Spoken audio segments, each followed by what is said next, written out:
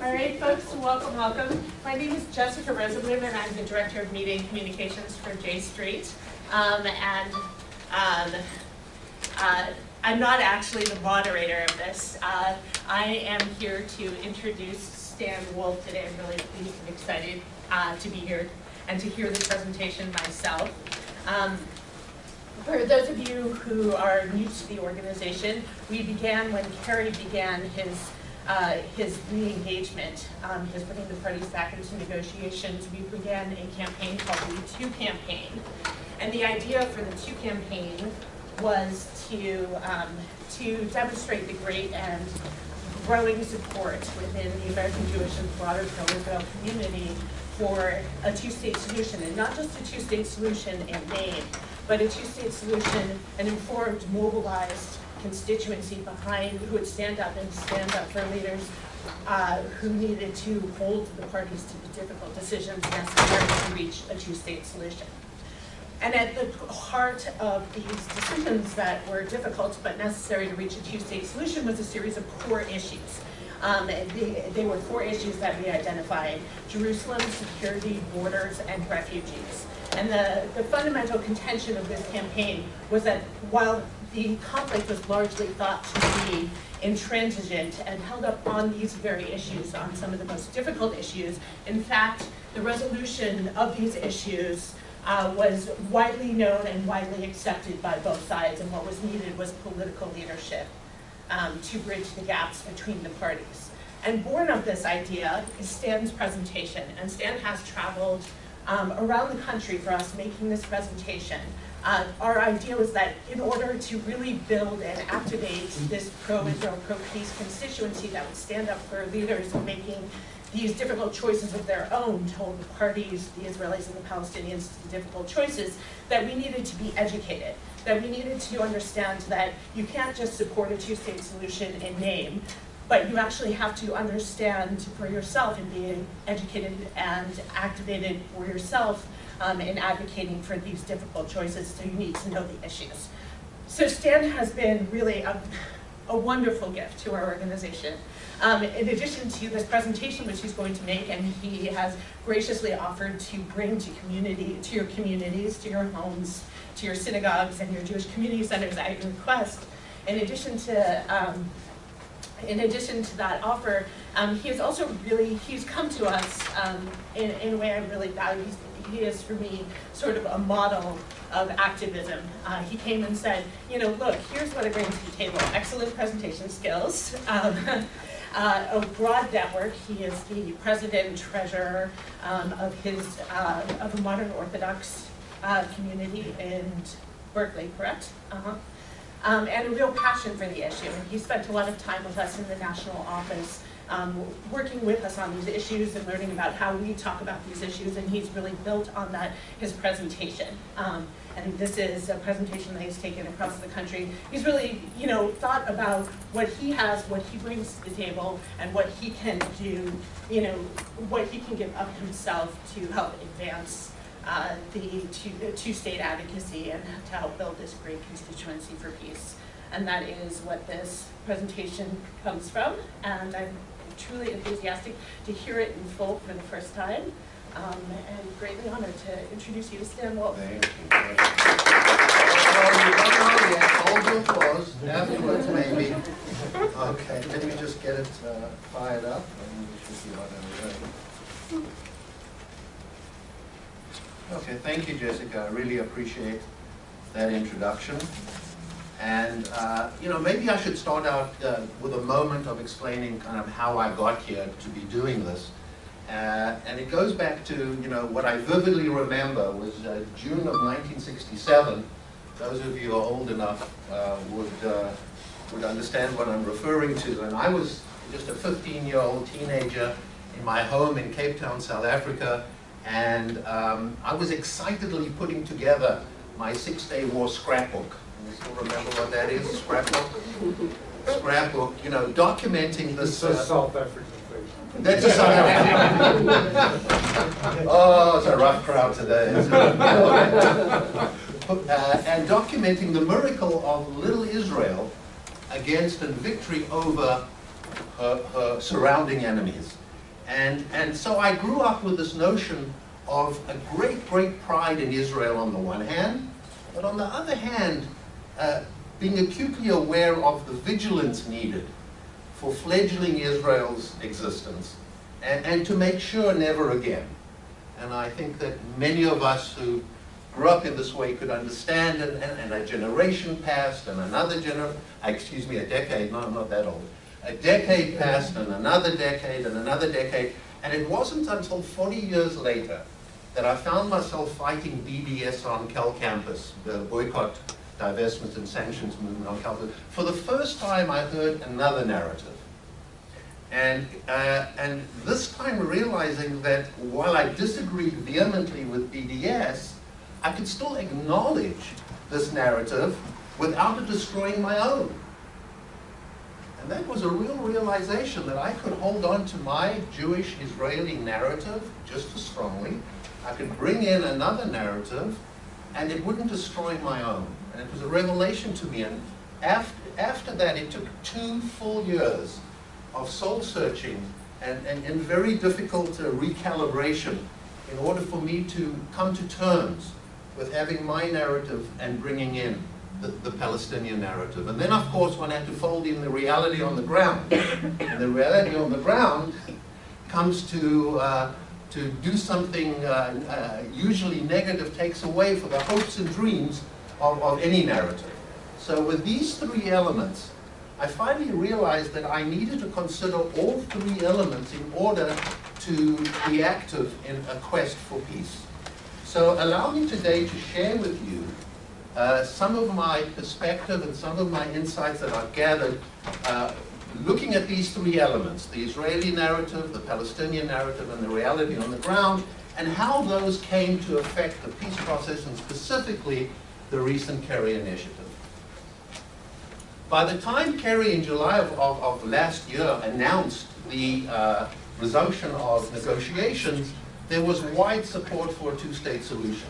2/3 of Israelis, 2/3 of Palestinians, the PA, the Knesset, the US, the EU, all, at least in name only, were supportive of a 2-state solution. And what I found quite exciting was that the Arab League, in the Arab Peace Initiative, basically supported a 2-state solution, but also said that if the Israelis and the Palestinians got together in a solution, 57 countries, 22 Arab and 35 Muslim, would recognize and normalize the relationship with Israel. So with that extensive support for the 2-state solution, there was another group. And I think very telling in terms of knowing what Israel's challenges are over time is the Israeli prime ministers. What did they say regarding a 2-state solution? Ehud Olmert said, if the day comes when a 2-state solution collapses and we face a South African-style struggle for equal rights, the state of Israel is finished. Ehud Barak, the lack of a solution to the problem of border demarcation within historic land of Israel and not an Iranian bomb is the most serious threat to Israel's future. What about Ariel Sharon? It is impossible to have a Jewish democratic state and at the same time to control all of Eretz Israel. If we insist on fulfilling the dream in its entirety, we are liable to lose it all. Now, these aren't political statements from a sitting prime minister of Israel. It's not the kind of statement you put out when you're trying to pander to the left and pander to the right, do what politicians do, right? This is speaking about something else. And what they're speaking about is the realization of an existential threat to the existence of Israel if something like this, in terms of a 2-state solution, is not realized. And so what is making these people in the know so insistent upon this need? Let's just look at the demographics. If you take the area between the Mediterranean Sea and the Jordan River and look at all the people living there, these are 2013 figures, there are just over 6 million Jews within the Green Line, East Jerusalem, and including the settlers, just over 6 million Jews. On this side, on the Arab side, 20% of Israeli citizens are Arab, West Bank Palestinians 2.6, Gaza Palestinians 1.7. So in terms of the number of Arabs living in the same area, it's pretty much, I'll get to it, okay? Are there any note cards that people can write? No, I thought maybe we could just do direct Q&A afterwards. Afterwards, just hold them. Okay, so now these are just people living. Now let's look at another situation, which maybe this question is that. The Gaza Palestinians, didn't we withdraw? Didn't Israel withdraw? By the way, when I say we, I mean Israel, in the United States, South Africa, very confusing. So did we not withdraw from Gaza? Well, there's two ways of looking at this. Certainly there aren't any boots on the ground in Gaza, but there's another concept called effective control, that if you control the border on the land, if you control the sea route, if you control the air route, you are essentially controlling the lives of the people in an area, and some, not all, certainly not Israel, will see this as having effective control, and in fact the people therefore under Israeli control would be the 6 million. But it's not important. We don't have to solve this issue now. We can take 6 million, we can take 4.3 million. Point is the following. Growth rates. Israeli Jews are growing at 1.8% a year, Israeli Arabs 2.4%, West Bank Arabs 2%. Okay, if we look at those, then the reality is either if you believe the fact that we have control over Gaza and we still are responsible for that, then we're pretty much equal now. If you don't believe that, then we're 6 million versus 4.3. But the point is, even if you believe the 4.3 million that we control, we still know that over time, maybe not in some of the older folks here's lifetime, but certainly in their children's lifetime, the growth of the Arabs within this area under Israeli control, if there is no change, if there is no two-state solution, will surpass that of the Jews. And there's only two things that can happen, and not both. If there are more Arabs under Israeli control than there are Jews, and you want to maintain the two principles upon which Israel was established, which is that it would be Jewish and it would be democratic, you can't have them both. Because if you have more Arabs and you want a democratic society, that's not going to work right. You will lose the Jewishness of Israel. If, in fact, you want to maintain the Jewishness of Israel, you will lose the ability to have a democratic society. So let's take a look with those in mind. Let's take a look at what Kerry brought to the table, what was expected within the negotiations that were about to begin in July. There were basically, at that point, 4 major areas of what Jessica mentioned called borders, security, refugees, and Jerusalem. Now, we can spend a weekend on each one of these. Don't worry, we won't do that. But what I want to point out is something that maybe in these last 2 days, given what we've heard, has maybe not come across in terms of an optimistic way. The two sides are amazingly close in terms of their agreement on these 4 issues. They were, and they still are today. Let's just take a look. In terms of borders, every proposal since the year 2000 until today has spoken about the 67 borders with swaps. What that means is the border, it's not after 67, it's before the war in 67. And what would Israel want with swaps is to bring into Israel with a new border as many of the settlers as possible so that those settlers wouldn't have to move. And what would the Palestinians, in contrast to that, require would be that an equal amount of land, both in the amount of land and the quality of the land, would then go over to the Palestinians. So there would be a one-to-one swap. And what we can gather, and a lot of the things, sometimes what I say is what has percolated out of negotiations that happen behind closed doors, but the best knowledge that we have is an 80-20 plan seemed to bubble to the surface. And what does that mean? Okay, here is the West Bank, here is Israel, and here's the green line, the pre-1967 war line. Okay, the red spots all over, if you can see that in the back, are the various settlements of Jews, Israelis, outside the green line. Now, in a 80-20 plan, this is not the only 80-20 plan, this is one example of an 80-20 plan. And if you have time, go to ispeacepossible.com and they have this interactive map.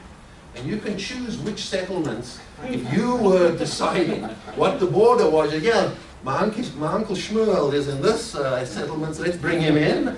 And I don't like Uncle Yitzchak, we'll leave him out. But you can go and create your own border, and you can determine. But seriously, this swap is in fact a swap of 3.72%.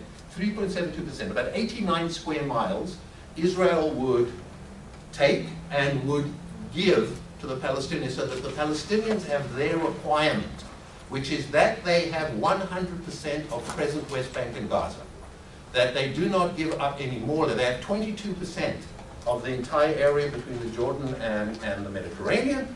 They obviously, understandably I think, personally, that they would not want to give up any more, so they would maintain that, but there would be this ability to take. Now what we see here is this mustard color would be the new border. It would now go around here, down, around.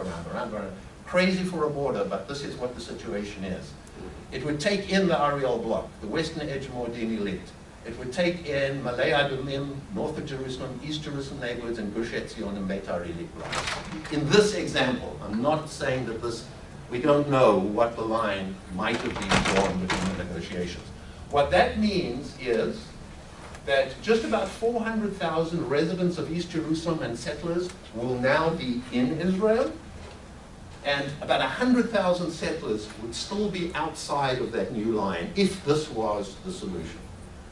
Of those 100,000 settlers, about half of them are economic settlers. That means they took the special deal, financial deal, in order to get a better house or any house, and they moved into the West, and they would take compensation and return back.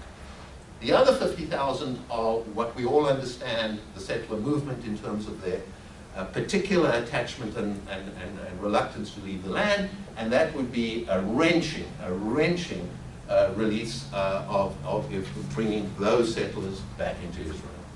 But this is the kind of parameter that if we were to come to agreement, this has been on the table, this idea has been on the table now for going on 15 years. If there was political will to solve this problem, somewhere in this range, as long as the Palestinians maintained their full percentage, and this then would become Palestine, is in fact, with a political will, possible. Let's take a look at security. Okay, just an orientation on the map. Here's the West Bank. This would be the green line, and here's Gaza Strip.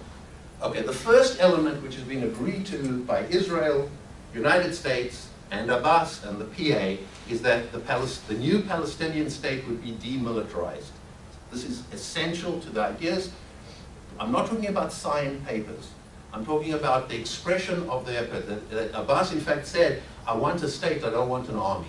So the idea of a demilitarized Palestinian state is well within reach.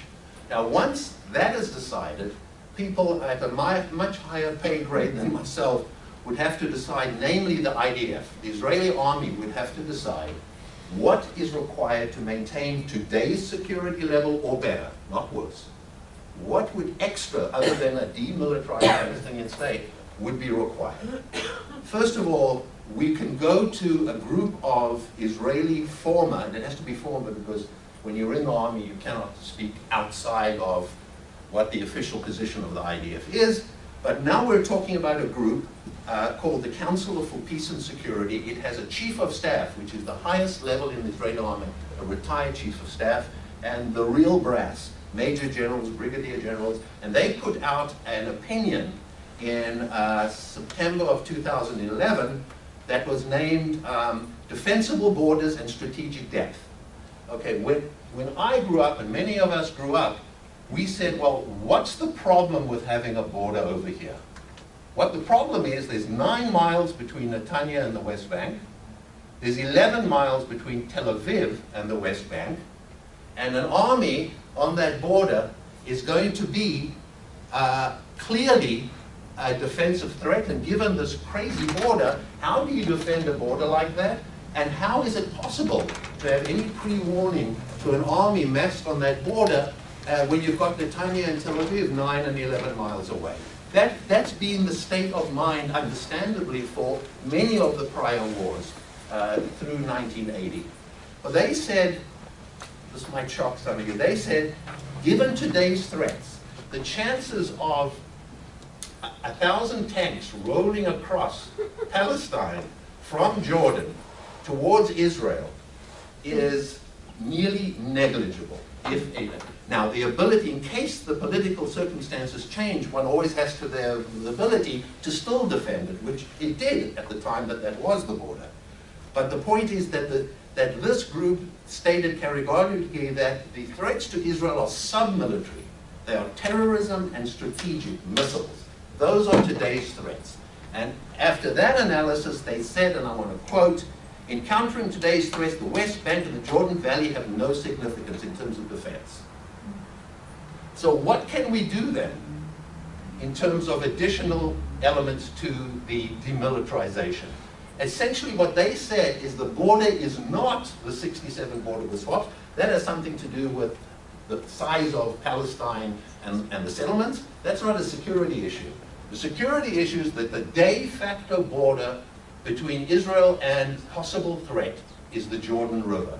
That really is the actual border relative to security issues. So now, technologically, there can be early warning systems along the Jordan River. There can be drones, although the drone suggestion is a little bit problematic for the Palestinians, understandably, because are you allowed to have security, have Israeli technology within a sovereign airspace? But I'm not going to get into that now. But at least technologically, there's an ability to detect infiltration of terrorists, because that's the threat, coming across the border. That's why, on the rest of the discussion, so much emphasis has been placed on the Jordan Valley. If you've been following anything to do with the security arrangements, the focus is on the Jordan Valley. The Jordan Valley is the Judean hills are somewhere around here, and then it goes down into a valley and into the Jordan River. So that's the Jordan Valley. Now, what are the positions in the Jordan Valley? Abbas started out here saying not a single Israeli soldier will put a foot on sovereign Palestine. What did Netanyahu, where did he start? He said there needs to be a permanent presence of Israelis in the Jordan Valley. You can see the problem already? And he also says that the Jordan Valley has to remain sovereign Israeli soil. So we're here and we're here. Okay, by the way, throughout this, I can see their heads already shaking and then nothing about this prayer. You're not going to find any blame being pointed on this. These are two people who have a view, who are trying to negotiate, who have tried to negotiate, and we have to consider both as equally as we can. So both are, given the concerns, might be regarded as understandable. Now what's happened? Abbas has moved from his position of not one Israeli soldier to first 3 years, and then 5 years of Israeli presence in the Jordan Valley. So he's moved here. Netanyahu has moved from permanent presence to long-term presence. Significant move. And he's moved from sovereignty, which would be a forever Israel thing, to security arrangements. So it's gone from here, further apart than my hands can reach, to somewhere here. And the security Israel seems of secondary, it's of primary Israeli importance. So here, with political will, and that's the issue, there is a solvable, a reachable, there's no low-hanging fruit here, but there is a reachable solution within to provide Israel with security, at least what it is today, or better. Refugees, primary Palestinian issue. In 1948, the the EU, the United Nations General Assembly passed 194. And what did 194 say? It said that it grants all Palestinians and their male relatives, all the way down the line, a right to return to their homeland. A right to return to their homes and their homeland. And if you go to the West Bank, you see these posters up with Palestinians holding a key. And that key is symbolic of the key to the home that they, careful, either left or were chased out. Let's not solve that problem now. It's no good going backwards. This is the reality now, and there is this claim. But that's not just in the West Bank. That could be, their home could be anywhere in Israel, right? It could. Yeah. No, I'm talking about their homes within today's Israel, within the Green Line. Okay. So they're saying that we have a right, according to 194, to go back, and descendants, that's important. There's only about 50,000 Palestinians today who are in fact the Palestinians who left or chased out at that time. But their descendants, 5 million.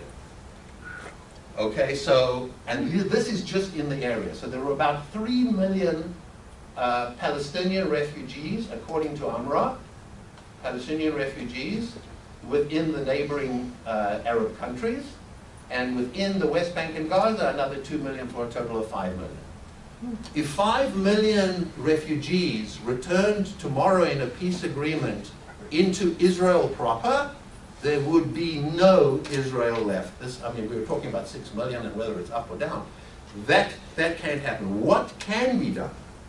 You know, and last year, the most poignant comment, I don't want to take too much time on this, but the most poignant comment that I heard last was from a Palestinian in last year's J Street conference who said, you know, 70% of this refugee problem would be solved if Israel would just recognize that there was a hard time, there was difficulty, something happened to us, and just recognize that this caused us, you know, more than heartache.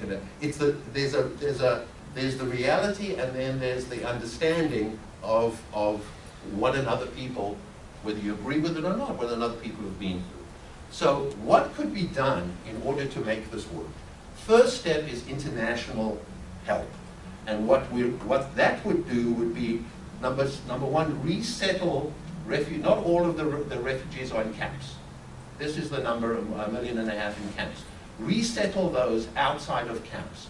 Number two, have these citizens who are now not first-class citizens, not first-class residents, not second or fourth and fifth-class residents within these countries. They will be moved up into full citizenship. They would have to be granted that citizenship within these countries. And thirdly, there would be some allowance for Palestinian refugees to go to Western countries. Now, what's the next step? What about Israel?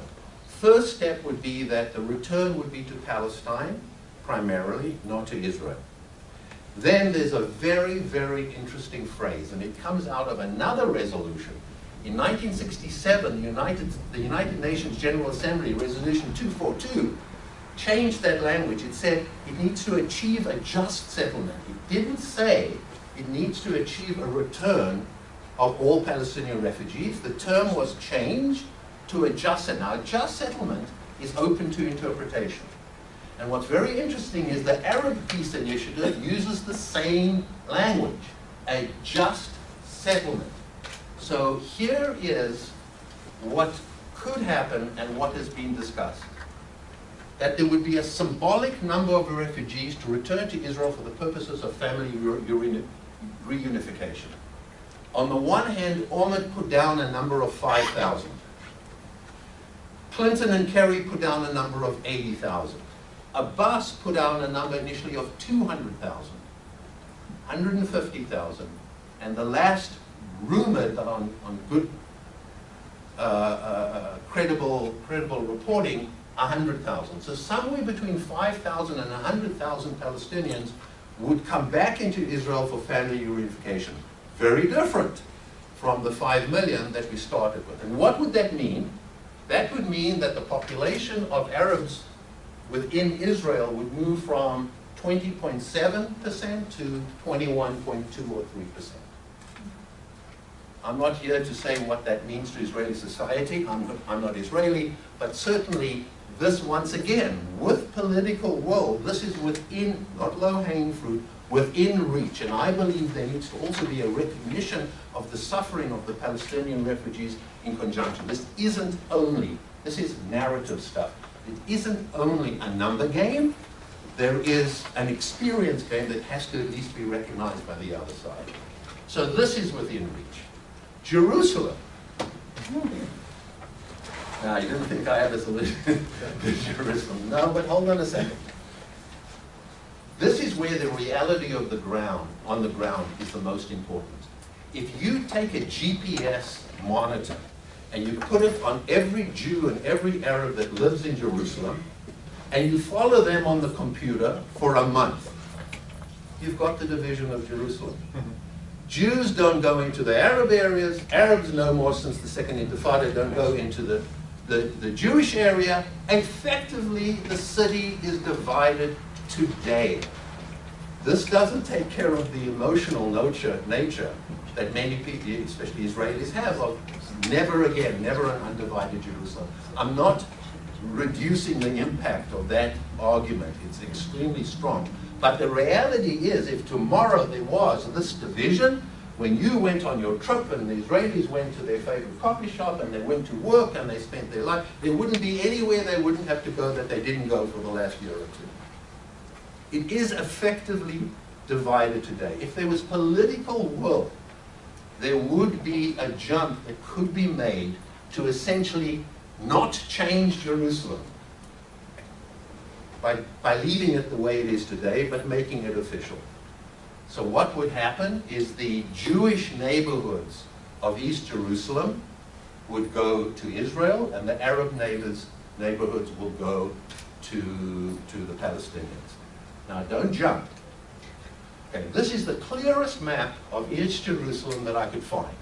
Okay, this is West Jerusalem. Let's leave that out for a moment. The red is the proposed barrier, the whole proposed barrier approved by Israel.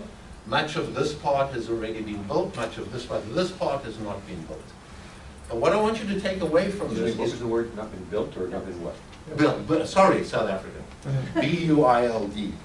Built, that's spelled? T-T. God, that was embarrassing. Good heavens. Okay, I have to pull the credibility up again. Here we go. Okay, so built is past? No.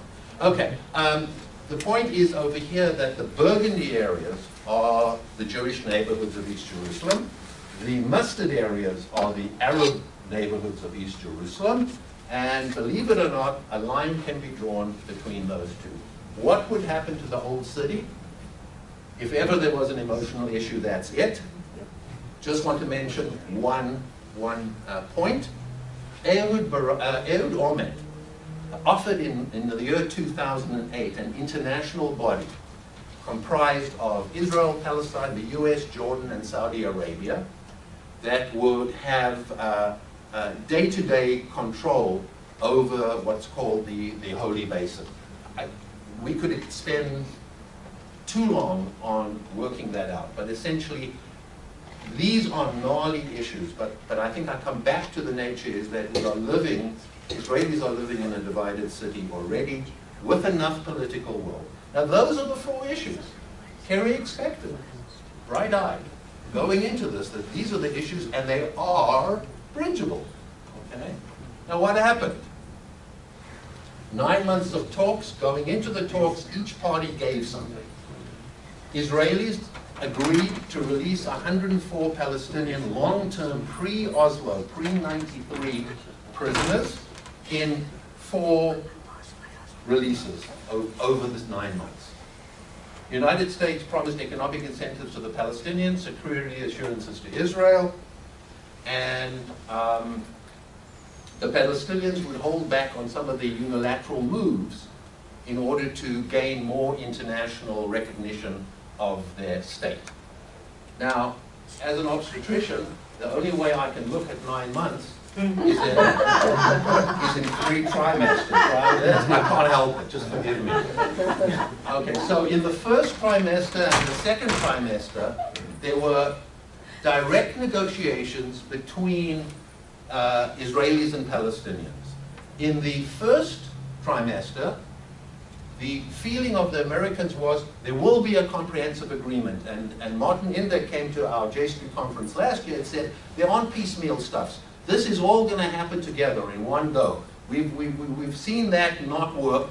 This is by the time we got to the second trimester, things had not moved as much as was expected, and they said, well, maybe we can come up with a framework agreement that both sides could agree to with reservations. That's important, with reservations, okay? Otherwise, if they agreed to the whole thing without reservations, you've got a deal and they didn't feel that. In the third trimester, towards the end of the third trimester, the negotiations went towards direct between the US and the Palestinians, and the US and Israel. So for the first two, there was direct. What they decided in the first 6 months is what are the gaps?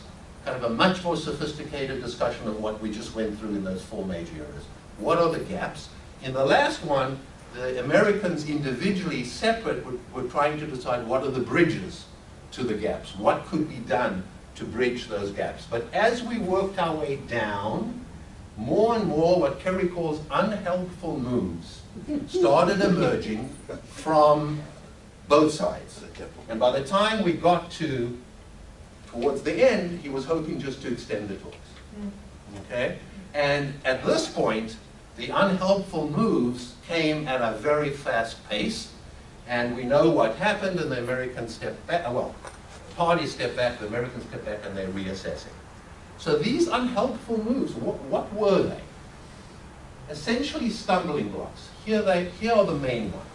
Settlement expansion, the demand by Israel to be recognized as a Jewish state by the Palestinians going to the UN and international bodies for greater recognition. 3 prisoner releases happened. The 4th one, which came at the end, did not happen. And as we know, Hamas-Fatah reconciliation. So what are we talking about here? So we're not anymore talking about the core elements where the parties had an ability really to come together. This is picking the issues. If you wanted to separate 2 people and talk about issues, you pick one of these and the parties, rather than come together, move apart. Let's just look at these for a moment. How are we doing on time, Jessica? I think we're doing okay. We're at 3:30, so we have another half hour. Oh, wonderful. Settlement expansion for the next half an hour. No, I'm not. Settlement expansion. What happened? During the 9 months, settlements increased about double the rate, but not as important as the fact that 4,800 units went out for tender. That means Israel asked contractors to start building on another 4,800. Another 8,000 units moved along, were allowed to move along in the planning process within Israel. But much more important than the numbers were when were the announcements made? They were made mostly in conjunction with prisoner releases. So what is happening here? The prisoner releases were beyond a traumatic event for Israelis. With a small society, these are murderers. These are people who have been in prison for over 20 years, prior to 1993. These were this is more theft. These are murderers and other heinous crimes. When those prisoners was released, Israel went into a depression and an anger.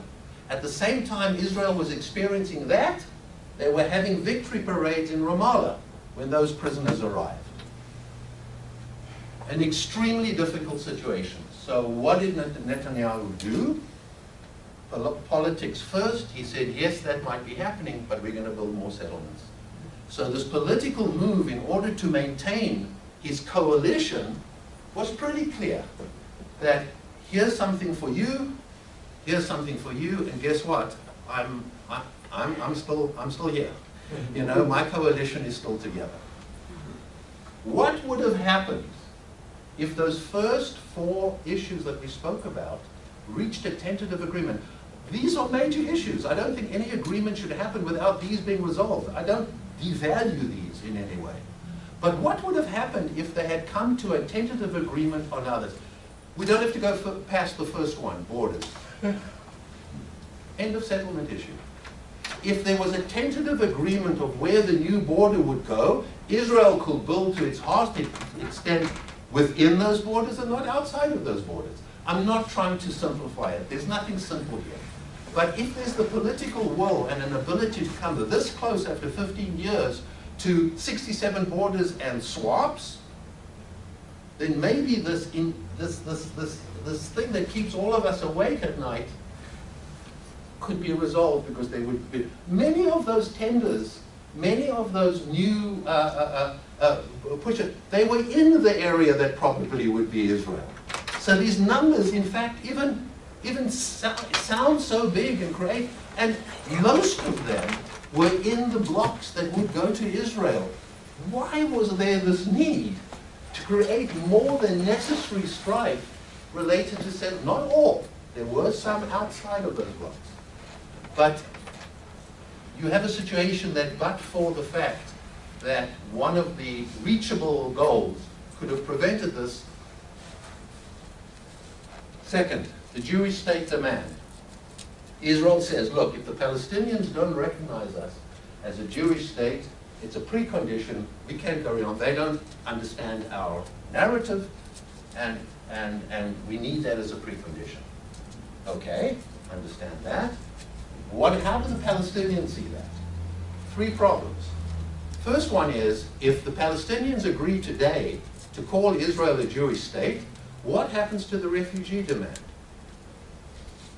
That becomes a lot more difficult to argue if you're arguing on the Palestinian side to say, okay, now this is a Jewish state, but I want my Arabs, my Palestinians to go back to it. It makes the argument a whole lot more difficult. What about the 20% of Israeli citizens that are Arab?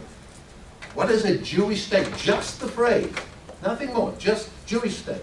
What does it mean to think about what would happen here if something like that happened? What does that mean to the minority? And the third issue was narrative.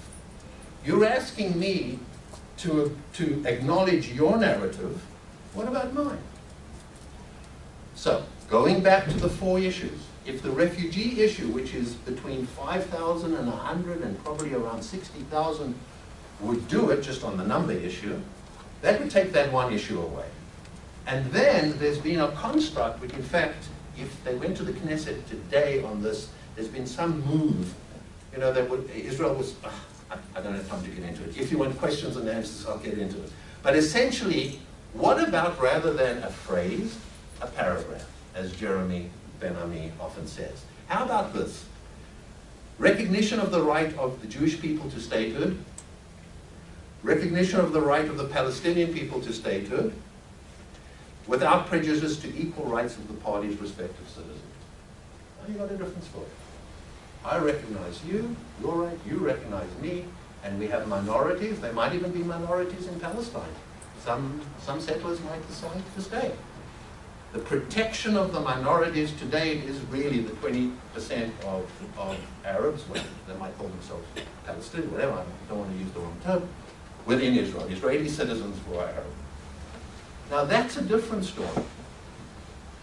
So if the refugee issue was already on the table, we have these rocks here would be much lower. Abbas went to he put in applications for 15 international groups, the Geneva committees and such like that. What he didn't do is he didn't go to the criminal court. And if you want to ask a question about the criminal court afterwards, we can talk about that a little bit. What would have happened if there was a tentative agreement of the four main issues? It would be a state.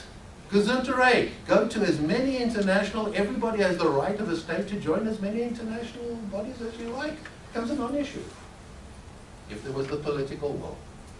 Prisoner release. Towards the end of negotiations, basically there was an unwillingness on Israel to release the final 26 prisoners. There was an issue with 15 of the prisoners being Israeli citizens. Again, that's another issue I want to put to the side right now.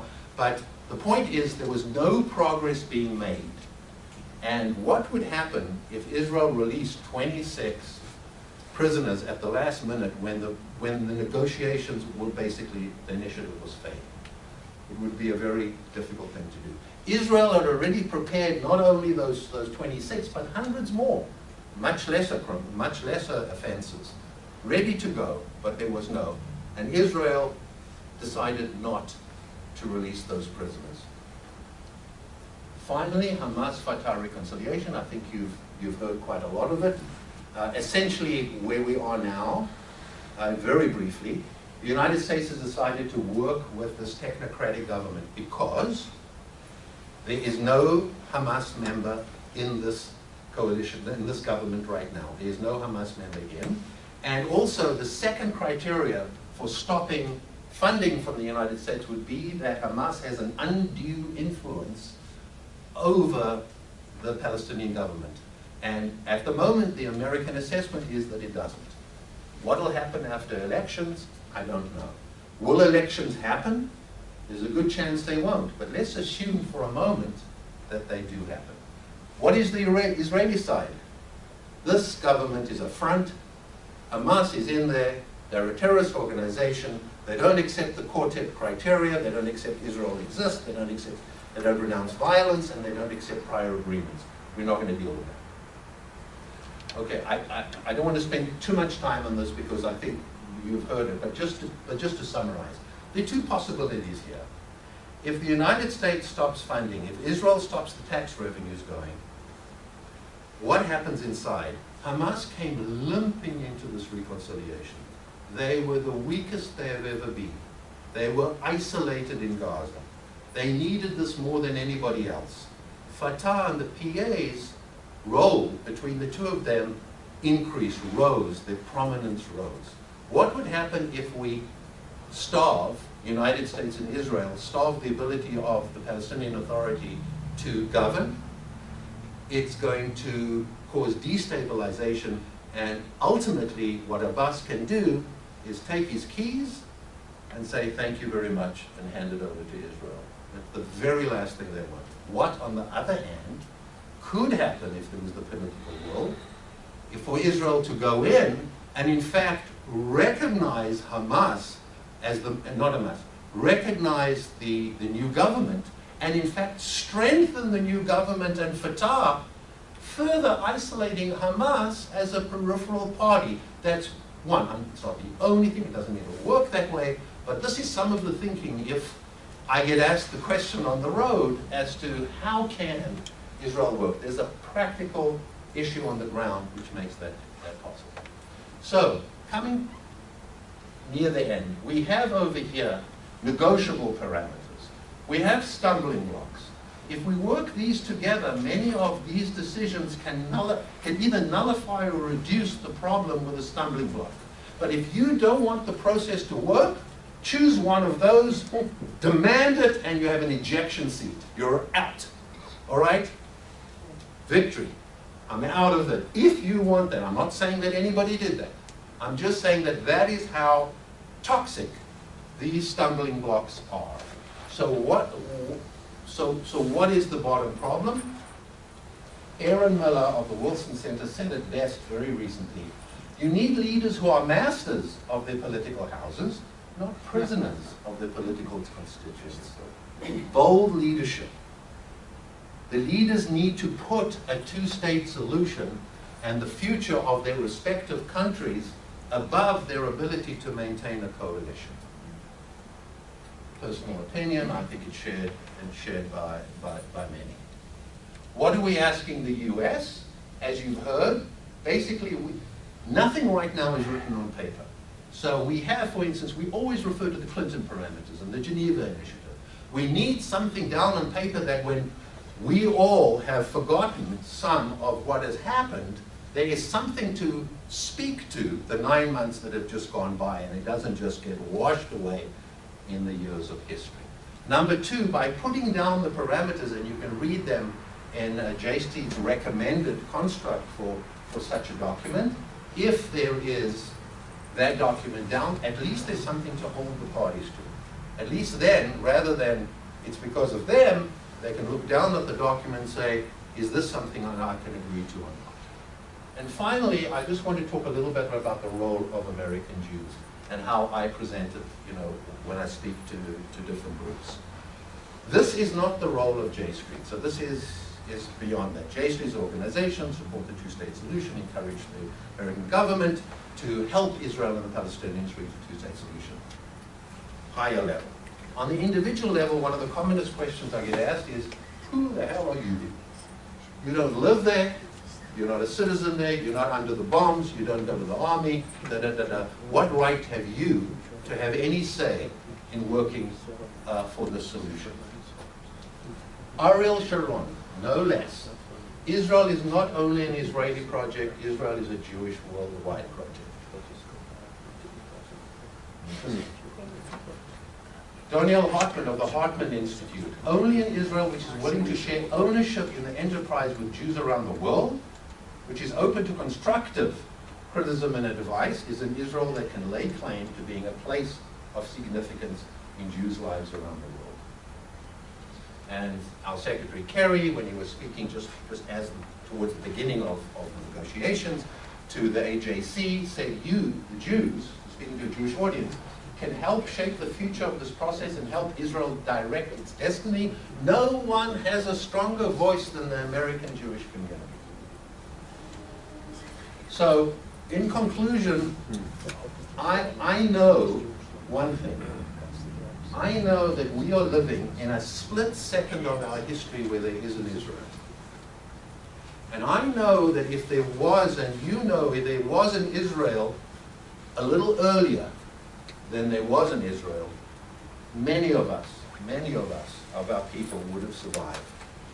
But I also know that there is no guarantee that Israel will remain. Their survival is not assured. Daniel Gordis, in a debate with Jeremy Ben-Ami, said the following statement, which kept me up for nights. He said the following: in another 66 years, as long as ever, in another 60 years, there's a 50-50% chance that Israel will be around. 50% chance. But there is a pathway forward. We had hoped for more. It'll take bold leadership. And it'll take leadership for those to realize that those that have come before have sacrificed a lot more than their political futures for the benefit of this country that we love.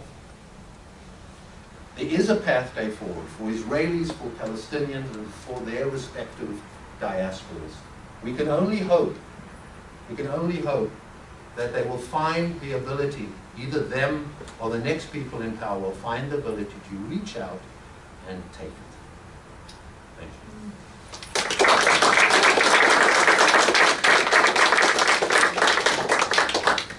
Do you want to take questions, Stan? Sure. We have some time. Yes. So the Islamic demographic, 6.1 million Jews. Yes.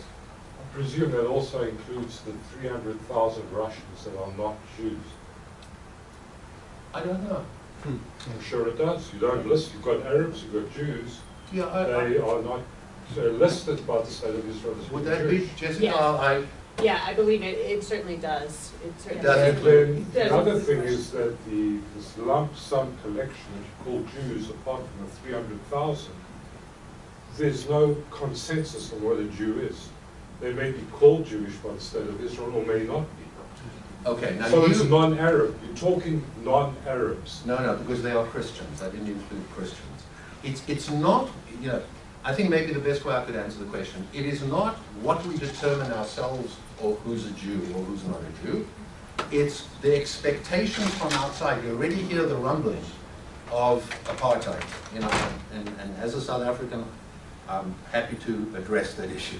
But you're hearing those rumblings, and as one of the Ehud said, you know, it could degenerate. It's not there now, but it could degenerate into that. So it's an outside assessment. It's not, you know, we in Israel, they will argue about who's a better Jew, who's not a Jew, or whatever. That's separate, okay? This is an assessment by the outside. There's so many of you, if you want to rule over this many people, you have a problem. And either you give up or you become undemocratic. That's the issue. It's an external, maybe that's the way I should have answered your first question. It's an external assessment. Yeah. So I'm presuming the Palestinian state would be the West Bank and Gaza. Right? West Bank and Gaza. Okay. So for me, And I mean, you gave this whole talk about how to resolve all these issues, but taking a step back, the idea of a Palestinian state, and I'm sure a lot of Palestinians feel this way, of the West Bank and Gaza is very impractical. So with that in mind, I'll say something which I'm sure no one here has heard. And my solution, two-state solution, is leaving the West Bank aside, still having to deal with all that, having the Sinai, building up the Sinai Peninsula as a Palestinian state. It's 3 times the size of Israel. It has a bunch of coasts. It has a lot of groundwater. It was part of Israel, which it gave back. The Gaza Strip is part of it. And I'm not suggesting population transfer. We still have to deal with that, but that's my two-state solution. So just remember, I don't want to go too far afield, but just remember that the Palestinians have to agree to a state, and giving the Palestinians the equivalent of Uganda is not a solution for their aspirations. But their solution is to have, well, their land was initially all of Israel, including Tel Aviv and Haifa. So really, for them, their land it's not practical for them to get all their land back unless all the Jews are kicked out or they incorporate. We can talk more after. Yeah. Please, So Stan. the point of your talk was, as I understood it from Jessica's presentation, is this is a really good way to present the 4 issues that J Street would like to have been presented in town halls across the country. And you've done, this is your version of it. And given the word model, it's the model way of doing it. The question is, how replicative, other than you personally going, because you clearly have a lot of knowledge and a lot of information, with all of these issues, you've done a wonderful analysis, in my view, of what little I know about it. And so, how replicable is what you're presenting? You know, could someone else, could you send me the slides kind of thing, and I'll do this? And I'm going, I don't think so, because I'm not. No, I'm answering the first I half don't of your think I could question. make any references to trimesters whatsoever, but nonetheless. You don't have to be an obstetrician. I can Okay. get through that. I can actually help you with that. Oh, you see a South African, the ex-South African is taking me out on this one. Yeah, but you're in the Bay Area, so it's easy to connect.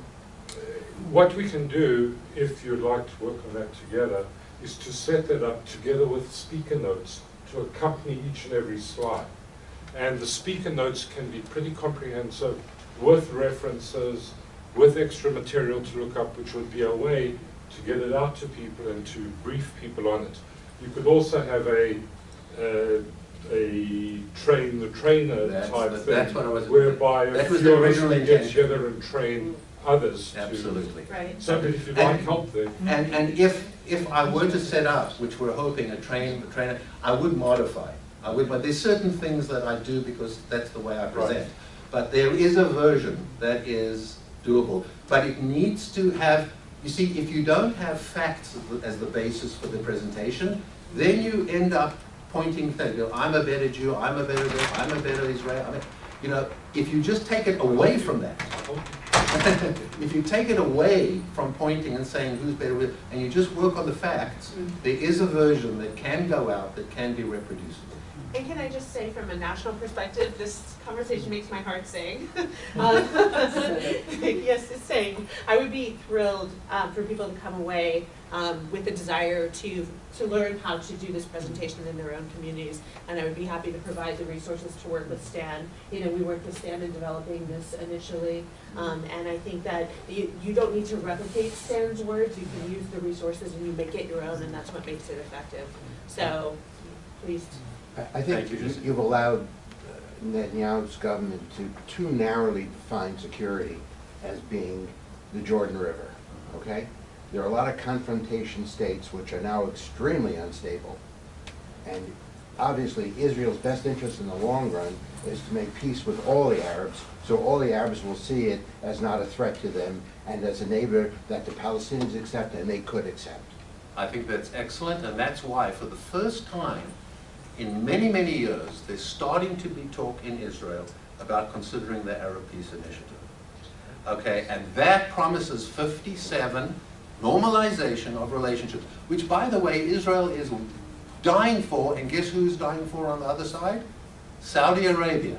Israel and Saudi Arabia are chavas. What is going on between Israel now and Saudi Arabia in terms of cooperation because of Iran and various other, strange bedfellows, depending on political alignments, is incredible. It cannot, Saudi Arabia cannot come out and say that they have this strong relationship today with Israel because it's not possible. So the Arab Peace Initiative, which, by the way, shifted initially the Arab Peace Initiative spoke about 67 lines and no swaps. In 2013, they added the element of swaps. We've put them in direct alignment with other initiatives that have come up since 2000.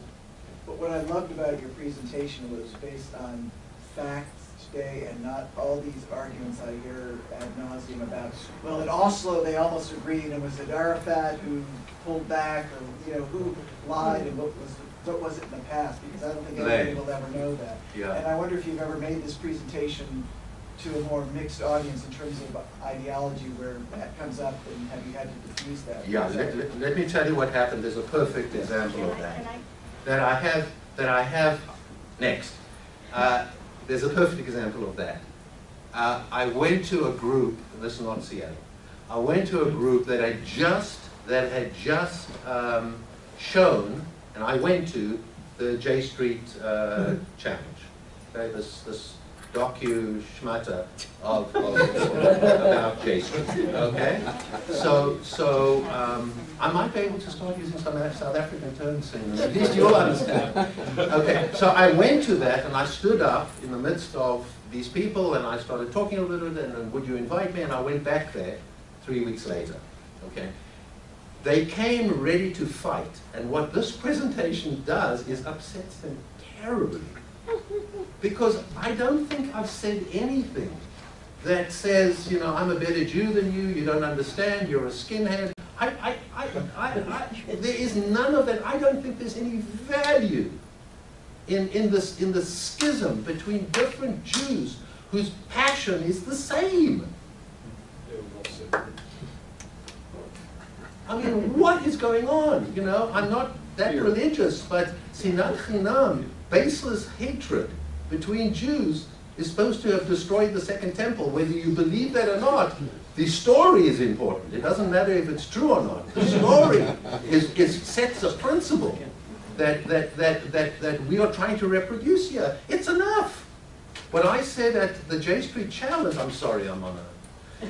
What I said at the J Street Challenge is what pains me is the amount of money that went into this production, and your 2 hours that you came out of your home to come and sit here and watch it, that's the loss. That money and that time and that dedication to come out to a presentation, do you know where we could put that? We could put that in a place that might move us forward. And that's what I tried to take onto the road, and that's what I tried to express. Barbara. So I just wanted to add that we have the privilege of inviting Dr. Wulf to join us in Seattle, and there's some people here, Jeff was there and whatever. And I probably could speak for a lot of you who we've heard in this conference about how we try to get the word out about our positions or our dedication for Israel or how to be more involved with J Street. And I know that a lot of us have come up against walls about people who are not willing to come and whatever. So as a program, Stan is not a professional Jewish politician. He doesn't have a 40, 50, 60-year career in this conflict. He is a dedicated Jew who believes in Israel and loves Israel and has a unique story that disarms, most audiences. So for us in Seattle, we had people who would never come to any of our events, to any of the showing of the gatekeeper or General Israelis Oron coming and speaking, all of the different things that all of us have known over the years that were J Street programs.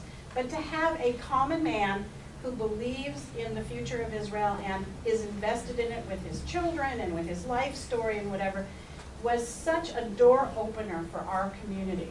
So I want to put that to those people here who are considering the type of educational programs in synagogues or in places that would not have had the opportunity to open their doors, that Stan does an amazing job. And because of the work that he did several weeks ago, we really have created really new alliances and new conversations with people who after 3 or 4 years had never given us an opportunity. So please, and he's willing, happily retired, but this is his mission, and I know that we want to maybe think of other ways through streaming this presentation or whatever, but he is such a wonderful representation of our organization, so if you can get him in person, I highly recommend it too. Sorry. The check's in the mail. Yeah, I have a practical question. All I hear from the media is that the situation is intractable, stalemate, stalemate, stalemate. Why isn't it just impractical for the media to incorporate some of the advances that you talked about? Well, you know what? You have to ask the media, but what sells newspapers and what sells TV stations is what's going to play. And although, to this audience, this hopefully was impactful, but it's very hard when a negotiation has failed to come and say, but hold on a second, they were so close on this and they were so close on that. I think, just one other thing I think the reason that I'm so passionate about it is I think that we, as American Jews, need to pick up the slack for Israelis, and let me explain what I mean. If you, and we're going to, just to give you a little bit more background, my wife and I are going to be living half-time in Israel and half-time in America starting next year when my youngest son graduates from high school and goes into the IDF. So he has signed up and he will be in the Israeli army for a 2-year period, and we will be living. So we go to Israel every year, we have a home there. So I have some sense, and I've checked this with Israelis. If you live in Israel under rockets with a kind of tension, and for 20 years you've been told, here's a piece of, it's all going to work, and then, oh, it's not going to work. So, it's hard enough for us, right? That feeling you have now in your stomach? They live with it 10 times every day, under fire, with their children going to the army. Do you know what I would do? I'd do what they do. I would say, enough. The economy is good. I've got 3 kids and a wife. I want to live the rest, which might be curtailed, my life. I want to live this life. This is my only life. I want to live it now. So I can understand why the Israelis are not jumping up and down and coming out, as was half expected, 600,000 into the streets. They've been through this so many times.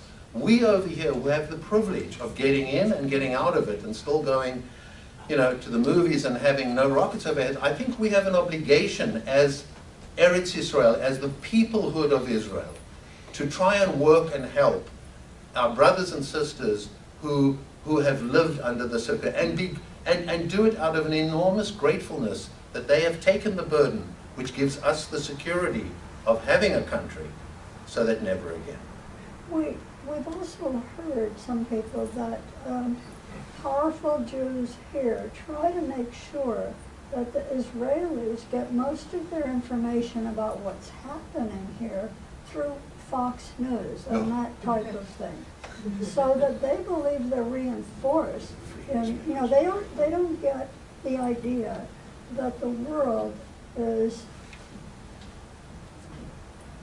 kind of not turning against them, but losing respect for everything that the Holocaust brought to Israel.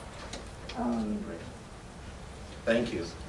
This could be streamed in a TED-like fashion too, which would include you, and that way would eliminate a lot of the pardon of expression, personal interpretation by somebody doing your presentation.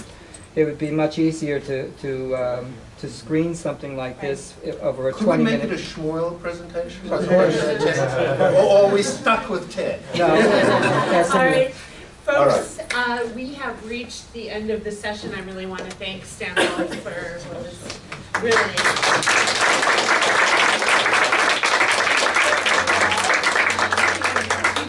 the next steps, whether that means getting in touch with National and asking to bring Stan to your own community, or he lives in the Bay Area.